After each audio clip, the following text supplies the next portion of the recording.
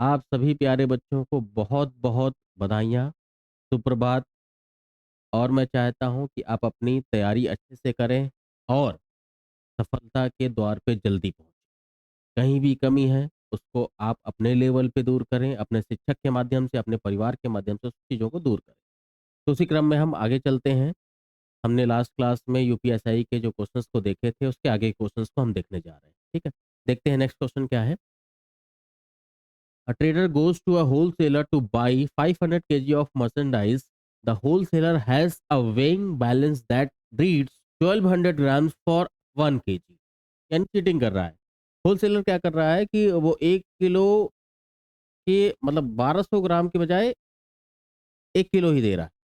आप ये समझ सकते हैं, चीटिंग कर रहा है कि वो 200 ग्राम दिखा रहा है ज़्यादा, लेकिन उतना दे नहीं रहा। ठीक है, क्या कह रहा है? कि the wholesaler has a weighing balance that reads वो रीड करता है 1200 ग्राम, 1 किलो के लिए वो 1200 ग्राम रीड कर दे रहा है। यानी 200 ग्राम की चोरी कर रहा है ना, ठीक है। उसको आगे देखते हैं। Later the trader sells 5 KG to a customer after making up his cost price by 25%।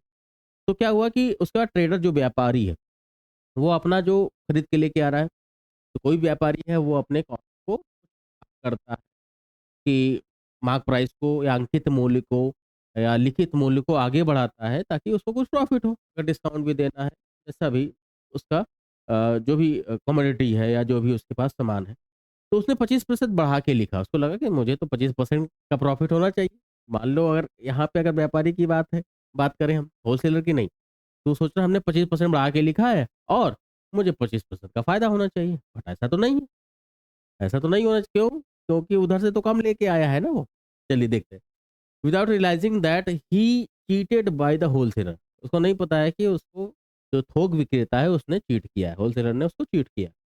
What is the net gain? अब गेन कम हो जाएगा, प्रॉफिट तो कम होगा ही क्योंकि उसने ज्यादा पैसा दे के आया है कम सामान के लिए। तो अब आगे जरा देखते हैं। आप जरा समझिए। 100 रुपए के सामान के लिए वो 120 दे के आया है। मतलब क्या है? 1 किलो मान लो 100 रुपए का। 1 किलो 100 रुपए का है तो 1200 ग्राम कितने का होगा? 120 का होगा। अब जो थोक विक्रेता था उसने क्या दिखाया कि मैं 1200 ग्राम दे रहा हूँ, लेकिन दे तो 1 किलो रहा था। तो जो 1200 ग्राम दे रहा है, 1200 ग्राम का पैसा ले रहा है। तो 120 रुपए तो उसने ले लिए, सामान 100 रुपए का दिया। अब क्या हुआ?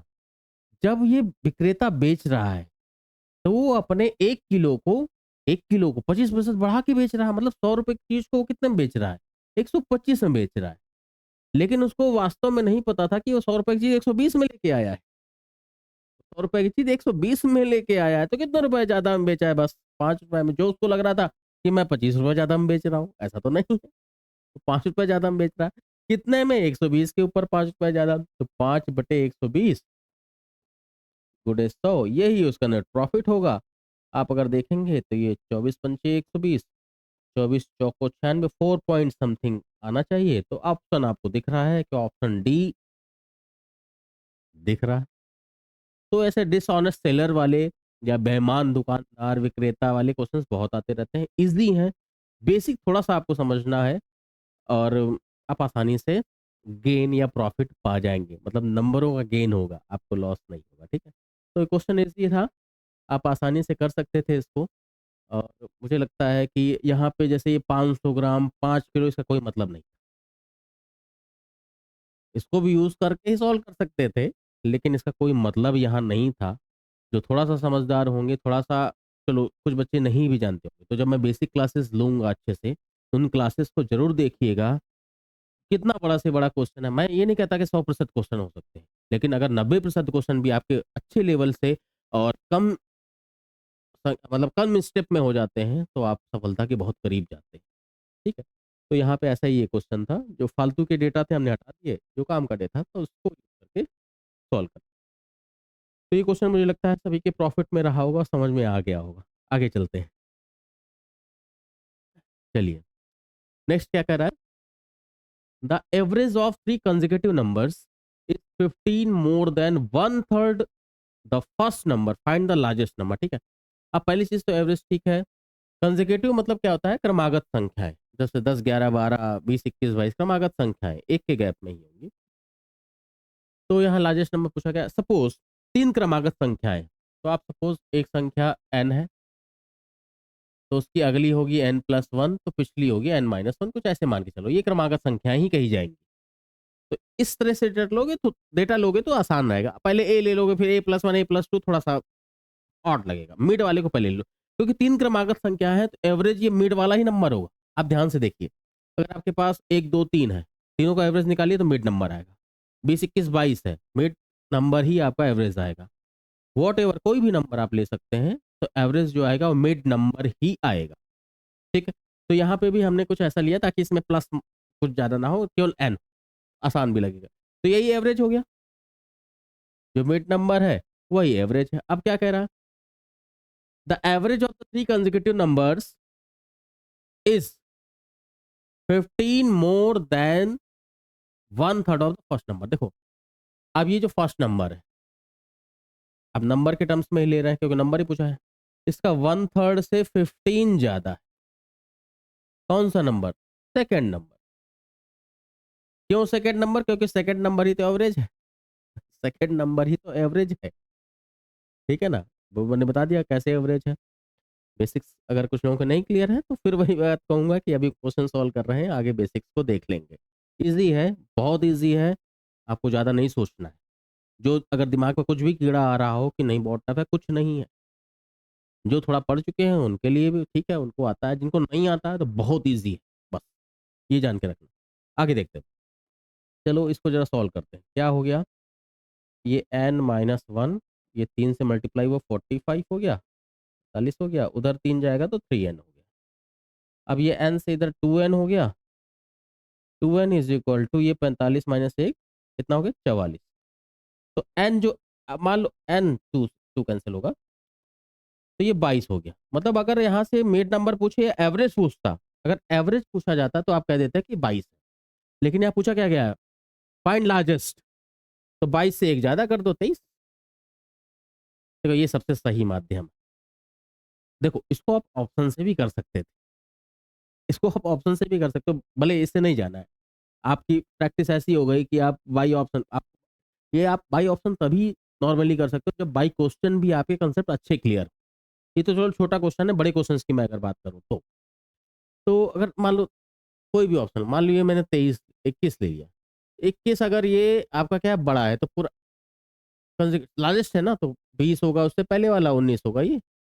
तो क्या इसके 1/3 से ये आपका 15 ज्यादा है? नहीं, क्वेश्चन की लैंग्वेज को तो फॉलो करना पड़ेगा ना।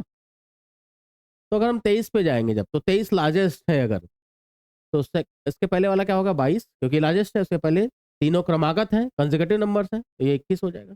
अब इसका अगर आप 1/3 करोगे तो 7 होगा, और 7 में 15 जोड़ोगे तो 22 होगा। तो मैच कर गया आंसर। तो बाई ऑप्शन भी आप कर सकते हो, लेकिन आपकी प्रैक्टिस अच्छी होनी चाहिए। बाई ऑप्शन से करने से पहले आपको बाई क्वेश्चन भी आना चाहिए, मेरा ये मानना है। बाकी आप अ, बहुत अच्छे हैं मैथ में, और थोड़ा-सा अच्छे से हो जाते हैं, चीज़ों को अच्छे से समझ जाते हैं, तो बाकी आप बाई ऑप्शन भी बहुत आसानी से कर सकते हैं। जैसे पिछला क्वेश्चन भी हमने बस 4 तक किया, फिर 0.17 होगा ही होगा। ऑप्शन नहीं था कोई दूसरा, तो ये ईज़ी था। क्लियर है? आगे चलें? ठीक। यहाँ पे क्या है? आमीन, बादशाह एंड चार्ज, बड़े गज़ब के नाम हैं, कोई बात नहीं। Can do a piece of work in 90, 40 and 12 days respectively, but they decide to work one at a time each day, ठीक है, and receive 240 towards their remuneration। तो मतलब ये कार्य मजदूरी वाला है, कुछ मजदूरी मिल रही है। जो जितना देखो, एक सिंपल सी लैंग्वेज में बताऊं, जो जितना कार्य करेगा वो उतनी मजदूरी पाएगा। ये तो होता है इस चैप्टर का बेसिक। लेकिन कुछ कहा गया है कि they decide to work one at a time. अगर तीनों एक साथ कर रहे होते तो तीनों के हम एफिशिएंसी का रेशियो बनाते और उसी के रेशियो में डिवाइड कर देते, क्योंकि उतना उतना काम किया होता। लेकिन यहाँ वर्क पैटर्न ही अलग, एक दिन एक कर रहा है, दूसरे दिन दो दूसरा कर रहा है, तीसरे दिन तीसरा कर रहा है। तो यहाँ पे थोड़ा आपको ये ध्यान देना पड़ेगा, कौन किसने कितना कितना कार्य किया। जब ये पता होगा जितना कार्य किया, तो उस कार्य के अनुसार ही उसको मज़दूरी मिलेगी, रेम्युनरेशन होगा। ठीक है? तो यहाँ पे पहले ये पता होना चाहिए कि किसने कितना कार्य किया। तो इसमें क्या करेंगे? जब पैटर्न जैसे यहाँ पे वर्क ये पैटर्न अलग कर दिया। अगर पैटर्न अलग नहीं करता तो सीधे आपको पता है टाइम और एफिशिएंसी का रेशियो इनवर्स होता है, आप उसके थ्रू निकाल सकते हैं। ठीक है? वो बेसिक की बातें हैं। हम यहाँ पे क्वेश्चन को लेके चलते हैं। जैसे 90, 40 एंड 12 पहले तो ये देख लो कि इसका एलसीएम क्या है? 360 एफिशिएंसीज़ क्या है? 4, 9 एंड 30 ये है एफिशिएंसीज़। अब पैटर्न कैसा है? फर्स्ट डे आपका 4, सेकंड डे आपका 9, थर्ड डे 30 ऐसे काम होगा। मतलब 43 यूनिट्स होगा 3 डेज़ में। 43 यूनिट्स क्या होगा 3 डेज़ में। तो यहाँ पे ये भी क्वेश्चन हो सकता था कि कार्य कितने दिनों में समाप्त होगा? वो तो है नहीं। तो यहाँ पे देखते हैं कि क्या बता रहा है आपको और आपको कैसे सॉल्व करना है। सबसे पहली चीज़ ये देखते हैं कि इसके सबसे नियर बाय मल्टीपल में कहाँ तक जा सकते हैं। अगर आप 8 टाइम्स करेंगे, देखो 9 टाइम्स करेंगे तो एक्सेस हो जाएगा।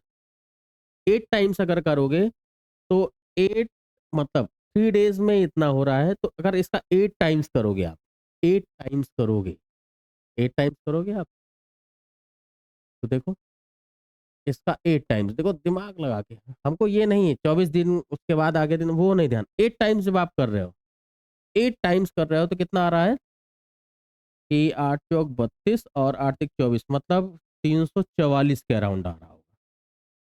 344 के ठीक है? यानी 24 दिनों में आपका कार्य 24 दिनों में कुछ इतना कार्य हो जाएगा। 3 दिन में इतना होता है, 24 दिन में इतना हो जाएगा।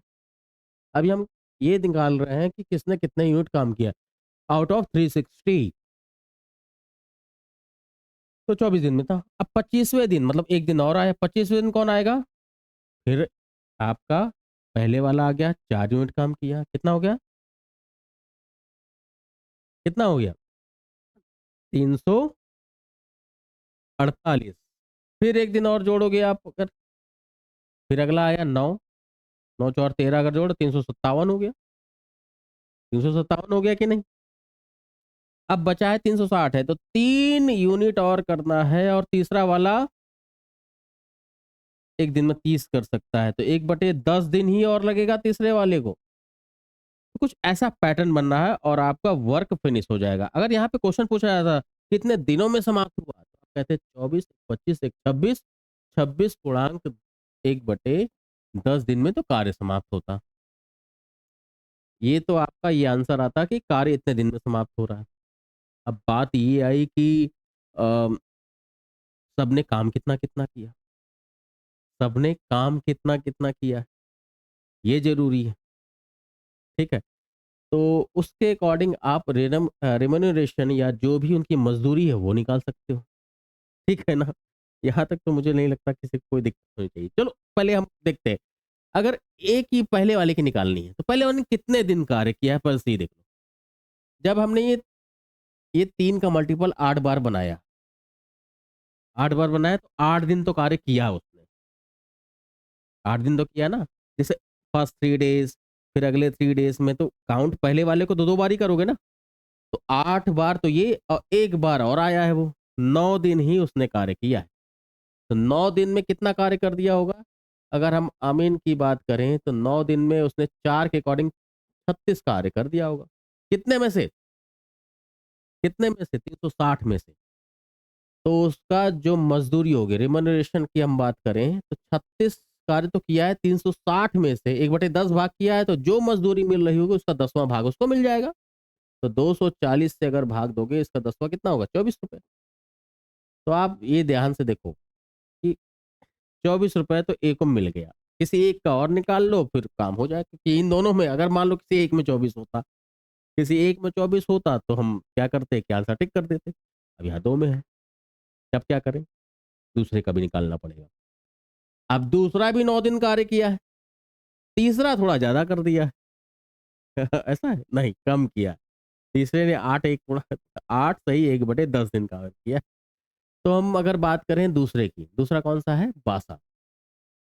बासा ने अगर 9 दिन कार्य किया है तो 9 × 9 81 हो गया आउट ऑफ 360 वर्क में, और 240 अगर टोटल रेमनरेशन है तो इसको 9 40 और ये 40 6 बार जाएगा, 9 × 54 54, यानी बासा को मिलेगा 54। अब मिल गया हमें, हम तीसरे के पास अब नहीं जाना। अगर ऐसा होता दोनों में ही बराबर होता तो हम तीसरे के पास जाते, अब नहीं जा रहे हैं। बाकी पैटर्न आपको पता चल गया, तीसरे का पूछा तो आप बता देते थे। तो आंसर इज सी।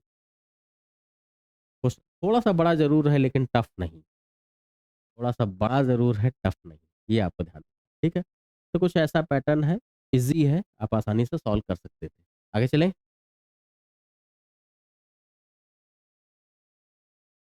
हाँ, ये क्या है आपका? ये आपका अलजेब्रा का क्वेश्चन आ गया। क्वेश्चन नंबर 24 क्या है? X upon Y plus Z minus X. लिख लेते हैं, X upon Y plus Z minus x.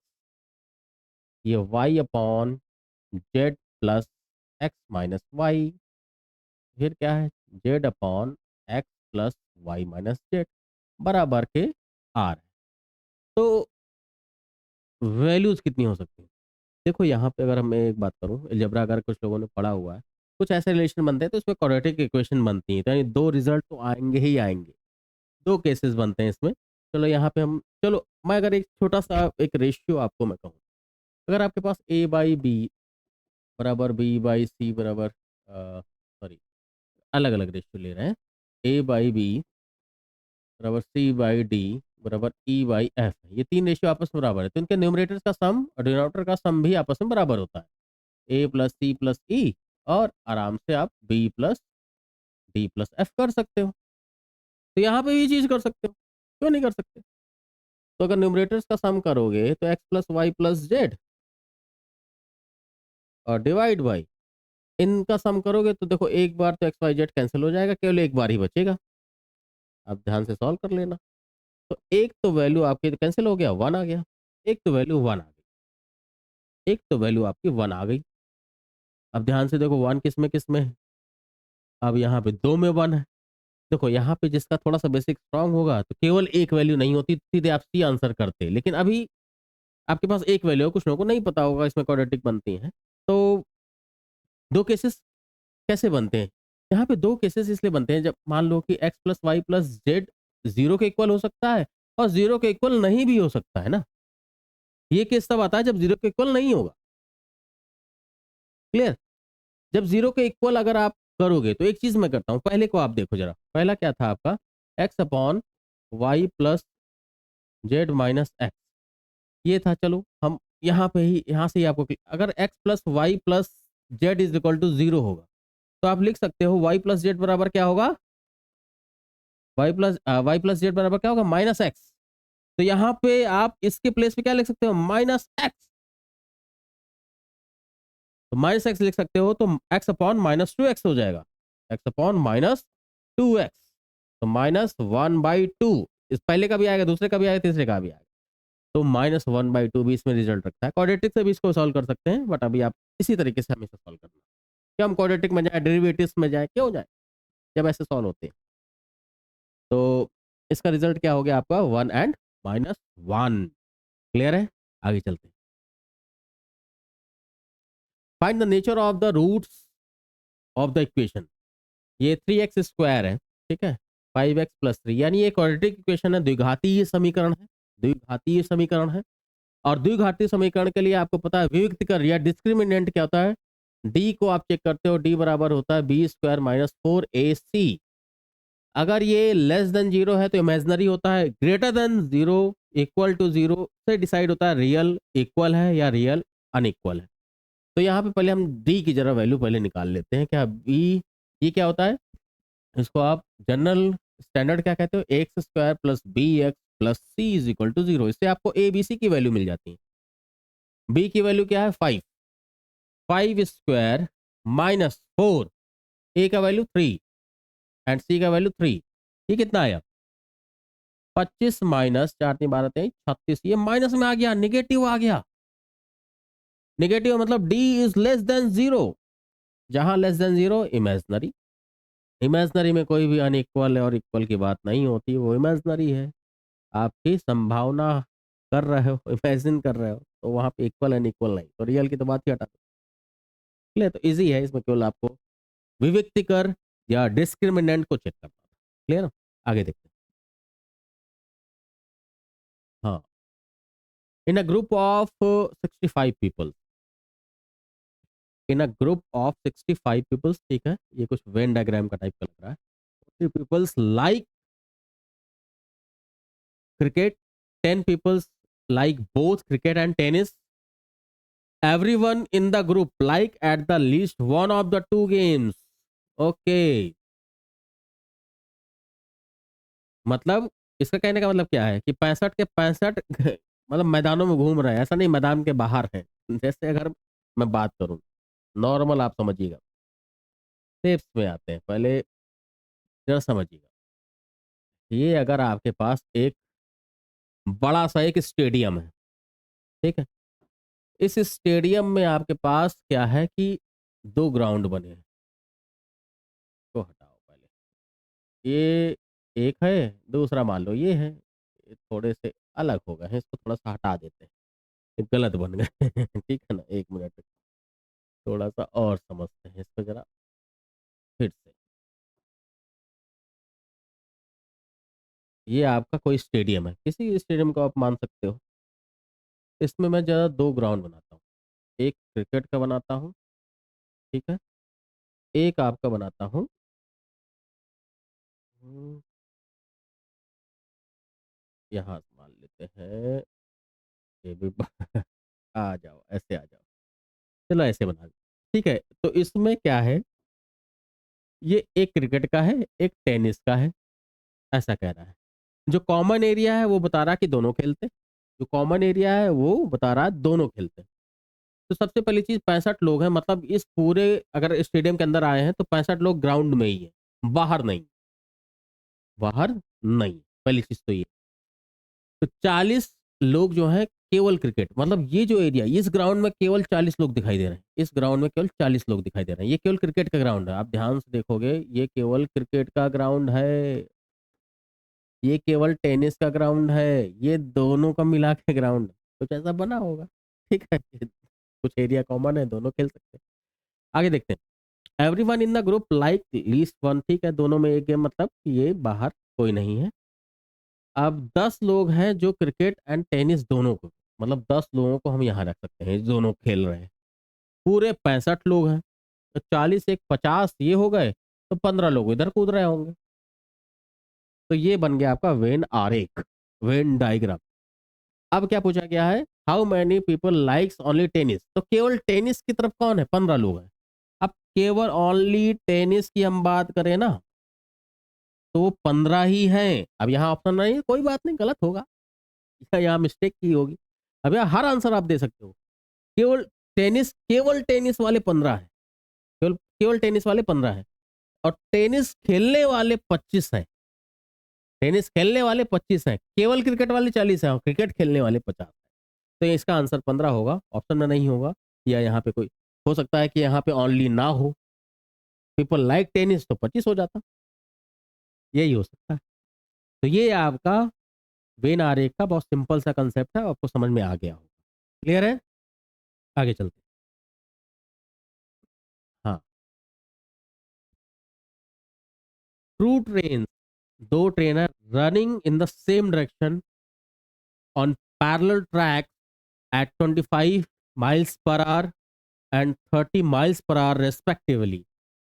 If the first train leaves an hour earlier than second, अगर सेम डायरेक्शन, तो रिलेटिव स्पीड क्या हो जाएगी, सेम डायरेक्शन में जा रहे हैं तो बड़े से माइनस का छोटा का, तो 5 माइल्स पर आवर की तो रिलेटिव हो गई। सेम डायरेक्शन का आपको पता है कि आपकी स्पीड रिलेटिव हो जाएगी, माइनस होगी। बट यहाँ पे कुछ थोड़ा सा ध्यान देना है। जो पहली ट्रेन है, फर्स्ट ट्रेन लीव 1 घंटे पहले चल चुकी है। पहली ट्रेन की स्पीड क्या है, 25 माइल्स, मान लो कि पहली ट्रेन चल चुकी है, तो 1 आवर में कितना आगे पहुंच गई होगी, 25 मील आगे चली गई होगी। माइल लिख सकते हैं हम यहाँ पे। और दोनों की जो रिलेटिव स्पीड है वो 5 है। तब उसके बाद दूसरी चली है, तो 5 रिलेटिव के अकॉर्डिंग ये 5 घंटे बाद दूसरे को पकड़ लेगा। ऐसे चोर पुलिस वाले भी क्वेश्चन आते रहते हैं। ये बहुत सिंपल सा क्वेश्चन था, आप कर सकते थे। ठीक, तो सिंपल। आगे चलते हैं। Find the percentage of the population whose birthday falls on the last day of February in a leap year. Leap year क्या होता है, मतलब 28 की जगह 29 की फरवरी हो गई। तो number of days in a year, year में क्या हो जाएंगे, जैसे 365 एक, अब 1/4 को नहीं लेके चलते हम लोग। वैसे तो पूर्णांक 365 डे का आपका ईयर नहीं होता, कुछ उसमें 1/4 दिन एक्स्ट्रा भी होता है, बट हम फिजिक्स में नहीं जाते, हम नॉर्मल लेके चलते हैं। कि लीप ईयर में आपका 366 दिन होते हैं। अब ये बताना है कि जिनका जन्म लीप ईयर के दिन हुआ है, और ये मानते हैं कि और हम ये मानते हैं कि जैसे यहाँ दिया हुआ है कि पूरे साल बर्थ का रेट समान, assuming that the number of birth is days same. हम एक ही मान लेते हैं, 100 मान सकते हो, 200 मान सकते हो, 1000 मान सकते हो। आसान लो ना, एक ही मान लेते हैं, हर दिन एक ही बच्चा पैदा हो। तो पूरे लीप ईयर में फेब्रवरी में birthday falls on the last day, मतलब कौन सा आएगा, 29वां दिन। वो तो एक ही आ सकता है ना पूरे में। पूरे 366 दिनों में अगर 100 से गुणा परसेंटेज बन जाएगा। अब अगर ध्यान से देखो, तो 366 से भाग दोगे तो लगभग यार पॉइंट, अगर जीरो और बढ़ाओगे तो 3 बार के .3 के करीब जाएगा। .3 के करीब कौन सा दिख रहा है, तो .3 करीब तो ये भी नहीं है, जीरो में जा रहा है, ये भी जा रहा है, ये 2 हो गया, तो .3 करीब ये है। तो सॉल्व करोगे तो यही आएगा।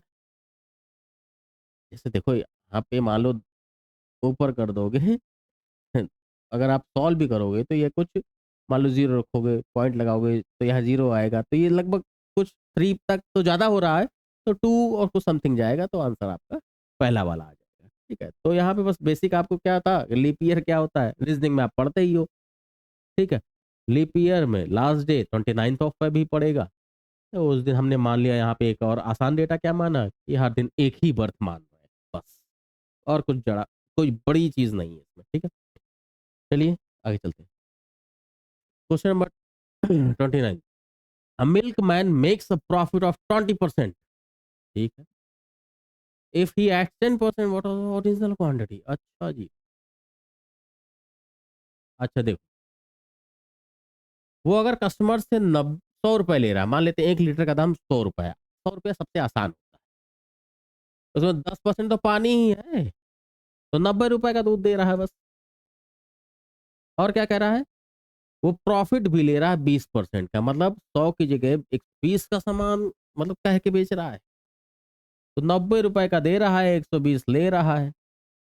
तो उसके कॉस्ट, मतलब जो उसकी कॉस्ट गई वो 90 की गई, जो प्रॉफिट आया 30 रुपए का आया, किसके ऊपर, 90 के ऊपर। तो आप ध्यान से देखो, 1/3 होता है 33.33, 33.33 है, तो यहाँ पे 33 तो नहीं दिख रहा है, तो हो सकता है ऑप्शन में कुछ हो, लेकिन ऑप्शन करेक्ट जो है 33.33 है। Answer is this. ओके। हो सकता है कि जब पेपर आया हो ऑप्शन का, मुझे ये नहीं कंफर्म कि यही यूपीएसआई में आया था, बट आंसर इज 33.33। उसने कुछ एयर को ही मान लिया, कुछ अलग मान लिया, तो और तो कोई 33 के पास नहीं है, तो हमने आंसर ए को ही लगाना था। क्लियर है, आगे चलते। Find the altitude of the right prism, prism और पिरामिड। ये एक मेंसुरेशन का बहुत ही सिंपल सा चैप्टर है, कुछ बेसिक रिजल्ट्स हैं, बस वही आपको अप्लाई करने होते हैं, और कुछ नहीं, और कुछ नहीं है इसमें। For which the area of the lateral surface area is 143 और perimeter of the base is 13। अब मतलब क्या, जरा हम समझाते हैं। आप अगर एक क्यूब लोगे या क्यूबाइड लोगे, वो भी आपके क्या है, एक तरह से राइट प्रिज्म ही है।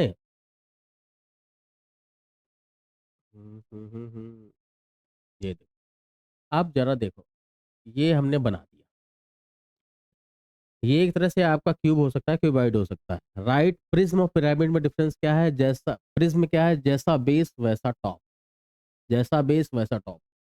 पिरामिड में क्या होता है? जैसे कोन है, बेस और टॉप एक सिंगल पॉइंट है। बेस तो कुछ भी हो सकता है, बेस आपका रेक्टेंगल हो सकता है, हेक्सागन हो सकता है, ऑक्टागन हो सकता है, कुछ भी हो सकता है, बट टॉप एक सिंगल पॉइंट होगा। इसमें भी राइट होता है, right circle, right prism. Right prism मतलब जो आपका टॉप है वो बेस के एकदम राइट परपेंडिकुलरली जा रहा है। राइट नहीं है तो आपका वो परपेंडिकुलर नहीं होगा, बट आपके पास क्वेश्चंस जो आते हैं आपके लेवल पे राइट प्रिज्म राइट पिरामिड पे ही आते हैं, ठीक है। तो यहाँ पे क्या कहना चाह रहा है कि पेरीमीटर ऑफ द बेस कुछ भी हो सकता है। अब ये है पेरीमीटर। लैटरल सरफेस मतलब ये टोटल होता है कि टॉप और बॉटम दोनों को मिला दो। लैटरल का मतलब जो आपके घुमावदार भुजाएं हैं उनका। पेरीमीटर ऑफ द बेस कितना है? तो इसमें आपका lateral surface area, lateral surface area क्या होता है? Perimeter of the base into height या एल्टीट्यूड। इसको आप एल्टीट्यूड, हाइट। आप अगर राइट प्रिज्म की बात करोगे तो उसकी जो परपेंडिकुलर भुजाएं हैं वो भी वही हाइट ही, ठीक है, राइट प्रिज्म में। इसको आप एल्टीट्यूड कह सकते हो। अब यहाँ जो दिया है वो आप लिख सकते हो। लैटरल सरफेस एरिया कितना है? 143। Perimeter of the base is 13। Altitude आपको निकालना है, तो 13 को मल्टीप्लाई 11 आ जाएगा। तो 11 सेंटीमीटर क्या होगा आपका एल्टीट्यूड। ठीक है, इजी है, कंसेप्ट बहुत इजी है। 3D डायग्राम्स में मैं आगे बताऊंगा आपको। बहुत ईज़ी है, एसएससी में भी आता है, रेलवे में भी आता है, और मुझे लगता है कि आपको आसानी से सॉल्व कर लेना चाहिए। जब मैं इसको पढ़ाऊँगा तो गीज़ा के पिरामिड को भी लेके बताऊँगा। ठीक है? आगे चलते हैं। हाँ, ये क्या है? Question number 31, an archer. देखो अभी मनु भाकर जो है आपकी, वो भी ये मतलब तीरंदाज जो होते हैं, तीरंदाजी में हमारे देश ने बहुत सारी सफलताएँ ओलंपिक में पाई हैं। आपको पता है, आपको जीएस के लिए वो ज़रूरी है, आपको ध्यान भी रखना है। मनु भाकर जी जो हैं, उन्होंने सफलता प्राप्त की है, अपने देश का नाम रोशन किया है। तो आर्कर मतलब तीरंदाजी। Can hit the target at a certain percentage of accuracy if the weather gets windy. हाँ, विंड अगर चलेगी तो तीर आपका इधर-उधर भागेगा। कुछ तो एक्यूरेसी कम होगी ना। यहाँ his accuracy reduces by 20% if he can hit the target 196 time out of 350 shot when the weather is windy. मतलब यहाँ पे 20% लेस, यानी 80% शॉट ही ले पा रहा है वो। 80% किसके बराबर? 196 के बराबर है। 100% किसके बराबर हो जाएगा? आप सॉल्व करोगे तो किसके बराबर आ रहा है? 8 दूनी 16, 3, 8 चौक 32, 4 मतलब 0.5, मतलब 100% आपका 245 के बराबर आ जाएगा। मतलब 350 में 245 अगर विंडी एयर नहीं होती, मतलब कुछ हवाएं नहीं चल रही होती, तो वो 350 में से 245 हिट करता टारगेट को। चलिए आगे देखते हैं क्या है। अब यहाँ पे जैसे कि आपसे क्या कहा गया है, when the weather is windy what is hit his strike rate with 250 shot under normal. Normal condition मतलब कि विंडी एयर नहीं है। विंडी एयर अगर नहीं है तो नॉर्मल कंडीशन में उसकी जो एक्यूरेसी रेट परसेंटेज है वो जरा देखते हैं। अगर देखो ध्यान से, 245 आउट ऑफ 350 कर सकता है, तो 250 में कितना करेगा? समझ गए? तो इसको ध्यान से अगर सॉल्व करोगे तो ये 5 7 से कट रहा, 7 35, 7 21, 7 35, 50 25, 35 70, 5 यानी 175। यानी अगर विंडी एयर नहीं होती तो 250 में वो 175 शॉट अपने टारगेट को हिट कर देता। ठीक है? तो मुझे लगता है कि ये क्वेश्चन आपको समझ में आ गया होगा। क्लियर है? तो चलिए आज के लिए इतना ही रखते हैं। मुझे लगता है कि आज आपको थोड़े से क्वेश्चंस और क्लियर हुए होंगे। अगर कहीं डाउट हो तो आप दोबारा पूछ सकते हैं, कमेंट में पूछ सकते हैं। लाइव जब आऊँगा तो लाइव में भी आप देख सकते हैं। कुछ और आपको सॉल्यूशंस में लगता है तो आप अपने सजेशंस, अपने विचार भी आप दे सकते हैं। ठीक है? मैं चाहूँगा आप लोग अच्छे से पढ़ें और जल्दी दरोगा बनें। आप सभी बन सकते हैं। ठीक है? अच्छे से तैयारी करिए। हमारा थोड़ा सानिध्य रहेगा, आपकी मेहनत रहेगी। ठीक है? तो अब आगे चलते हैं नेक्स्ट क्लास में और तब तक के लिए धन्यवाद। सत्यमेव जयते।